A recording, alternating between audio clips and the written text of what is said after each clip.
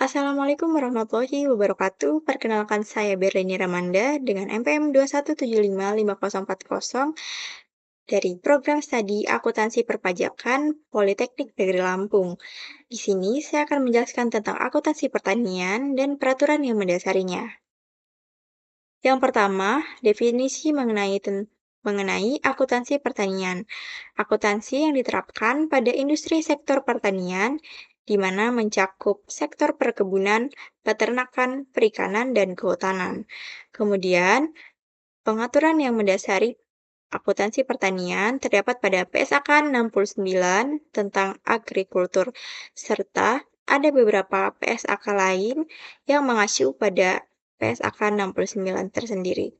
Yang pertama ada PSAK 16 mengenai aset tetap, di SAK 25 mengenai hak atas tanah, PSAK 26 tentang biaya pinjaman, PSAK 68 tentang pengukuran nilai wajar, PSAK 48 penurunan nilai aset, PSAK 14 tentang persediaan, PSAK 13 mengenai properti investasi, PSAK 19 mengenai aset tak berwujud, PSAK 61 tentang akuntansi hibah pemerintah, PSAK 25, kebijakan akuntansi perubahan, estimasi, dan kesalahan.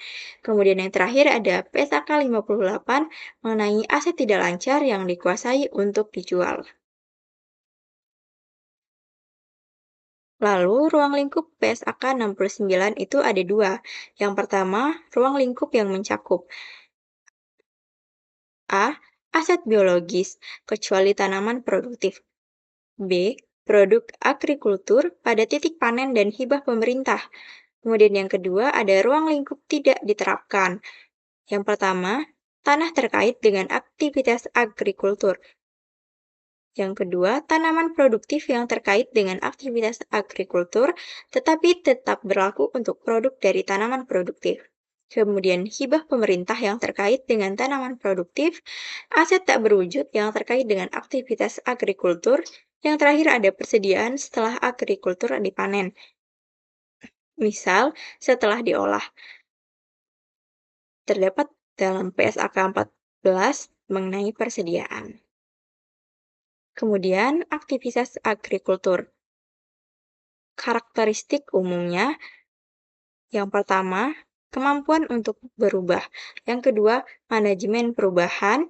Yang ketiga, pengukuran perubahan yang dihasilkan oleh transformasi biologis atau panen diukur dan dipantau sebagai fungsi manajemen yang rutin. Yaitu terdapat dua. Yang pertama, kualitas. Yang kedua, kuantitas.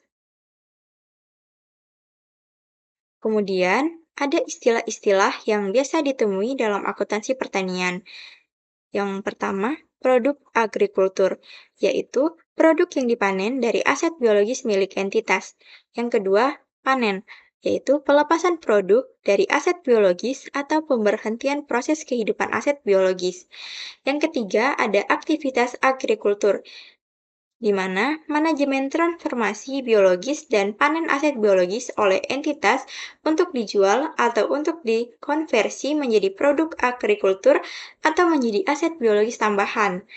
Kemudian yang keempat ada transformasi biologis yang terdiri dari proses pertumbuhan, degenerasi, produksi, dan prokreasi yang mengakibatkan perubahan kualitatif atau kuantitatif aset biologis. Kemudian yang terakhir ada biaya untuk menjual, yaitu biaya inkremental yang diatribusikan secara langsung untuk pelepasan aset, tidak termasuk beban pembiayaan dan pajak penghasilan. Kemudian ada pengelompokan, yang dimana ada pengelompokan untuk aset biologis, produk agrikultur, dan produk yang merupakan hasil pemrosesan setelah panen. Kemudian pengaturan aset biologis. Aset biologis sapi terdapat pada PSAK 69, olahan susu terdapat pada PSAK 14, susu murni, daging potong, dan anak sapi terdapat pada PSAK 69. Lalu ada pengaturan tanaman produktif.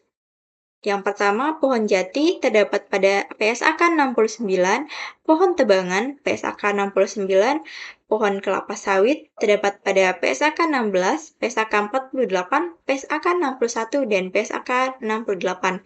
Kemudian ada tandan buah segar terdapat pada PSAK 69, minyak sawit terdapat pada PSAK 14.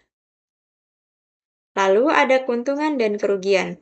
Keuntungan atau kerugian yang timbul pada saat pengakuan awal aset biologis pada nilai wajar dikurangi biaya untuk menjual dan perubahan nilai wajar dikurangi biaya untuk menjual aset biologis. Kemudian, keuntungan atau kerugian yang timbul pada saat pengakuan awal produk agrikultur pada nilai wajar dikurangi biaya untuk menjual. Dari hasil kedua tersebut ditambah, kemudian menjadi laba atau rugi pada periode di mana keuntungan atau kerugian tersebut terjadi. Lalu, ada ketidakmampuan mengukur nilai wajar andal. Terdapat asumsi bahwa nilai wajar aset biologis dapat diukur secara andal.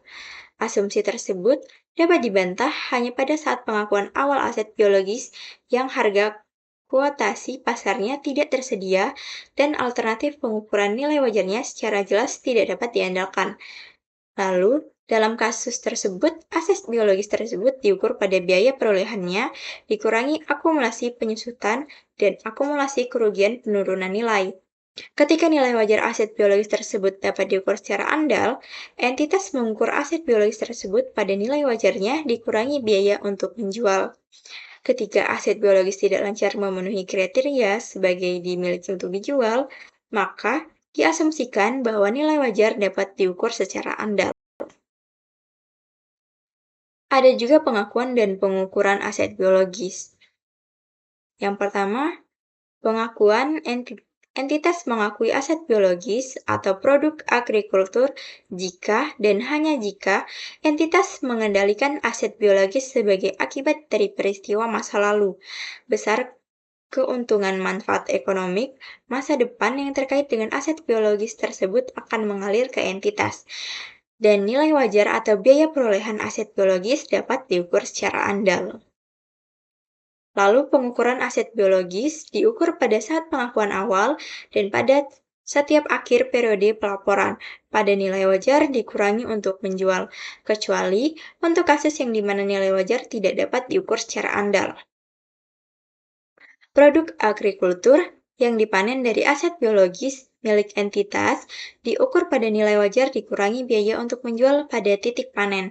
Pengukuran seperti ini merupakan biaya pada tanggal tersebut ketika menerapkan PSAK 14 tentang persediaan atau pernyataan lain yang berlaku. Sekian dari saya. Terima kasih dan mohon maaf apabila ada salah kata dalam penyebutan atau dalam penyampaian. Saya akhiri. Wassalamualaikum warahmatullahi wabarakatuh.